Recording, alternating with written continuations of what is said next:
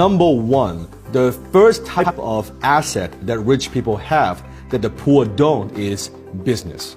See, most rich people, almost all of them, either they make their money through their companies and business, or they have an invested interest in multiple companies or multiple businesses. So once you think about it, versus poor people, all they have is a job. They have a paycheck at the end of the month. You'll never get rich through a paycheck. You only get rich through a business or multiple businesses. Why? Because it's the only way you can apply leverage. You can leverage other people's time, money, resources, and talent to build something to make your vision a reality. That your earning ability is not tied to how many hours that you work. You're able to leverage 1 to 10, 1 to 100, 1 to 500 to build a bigger business, to be able to impact more people and deliver more value to the marketplace in exchange of money. That's what a business does. So that's the first asset class, business. Number two, the second type of asset that rich people buy that the poor don't is arts and antiques. Now, this is an asset class that I know very little about. I cannot tell the difference between a $100 painting versus a $100,000 painting. I have no clue. This is an area that I am like a complete idiot. My art collection would be my Hot Toys and Iron Man collection. Although my wife Jenny would argue that is not an asset class. Well, to me, it is an asset class. Number three, the third asset type that the rich buy that the poor don't, it's automobiles. Now, a lot of people, they buy automobiles just for transportation, but the rich, sometimes they buy for collection because they get pleasure driving them, owning them, or fixing them, repairing them, selling them. Done properly, this could be a very lucrative thing that you do, but most of the time, my friends, I notice that they just, because they have a passion for automobiles or classic automobiles, they do it just for fun. But because they collect them, they buy rare automobiles, and when they sell them, they do make a nice profit from it. It does turn into an asset class. But for me, I just do it for fun. Number four, real estate. This is the most popular asset class among the rich. Most rich people, they either make their money through real estate or they park or hold their money in real estate.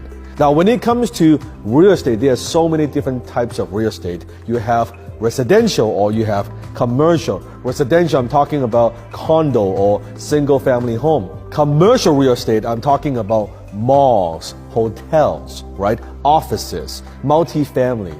Two very different types of real estate. And within real estate, you have so many different types of strategies. Do you buy and hold? Do you buy and flip? Do you develop, right? Do you do Airbnb? Depends on what it is that you want to do and how much capital you have and where you want to go. Now, why do so many rich people have real estate or they park their money in real estate? It's because the banks, the lending institutions, they love real estate. They will loan you money to buy real estate, right? They like the security of real estate. They feel like that's a hard asset. It's an intangible asset that they like to lend money on. And that's why a lot of rich people, we either make their money in real estate or we hold our money in real estate.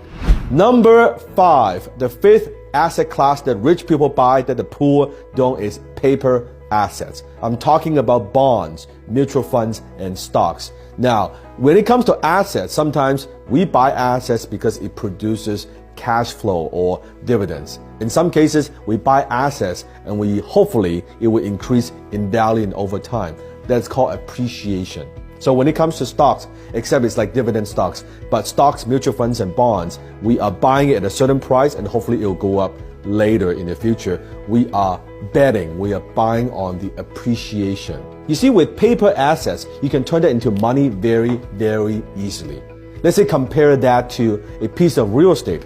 In order to convert a piece of real estate into money, well, maybe you need to list the property, you need to sell, it takes time, or even if you want to get a loan, get a mortgage, a second mortgage from the bank, it takes time. But with stocks, with mutual funds, you can sell that and turn that into money very, very easily.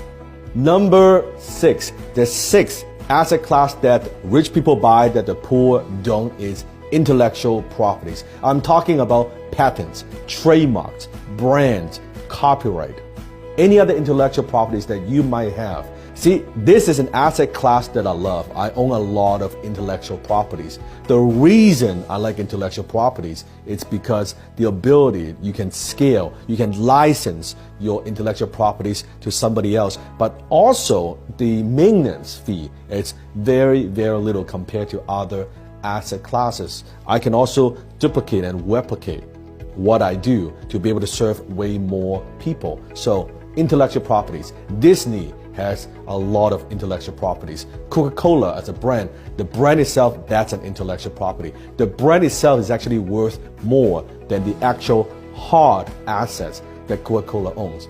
The brand Coca-Cola is worth billions and billions of dollars. Number 7, the last thing that rich people buy that the poor don't is precious metals.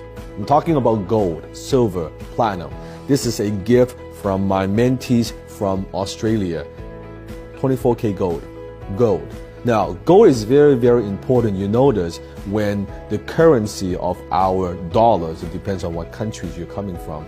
Rich people, they like to have their money in gold because throughout history, you notice that gold is the currency. It is the asset class that is recession proof. So it's a very, very important asset class that in your portfolio you have to think about. So, precious metals. Those are the 7 things that rich people buy that the poor don't. I want to give you a bonus, and this is a new asset class. What am I talking about? Asset number 8, and that is audience. That's right, audience. You see, attention is the new currency. To be able to have an audience, you see this through social media, influencers who have audience, that they're able to captivate other people's attention. Their audience attention, it is worth money.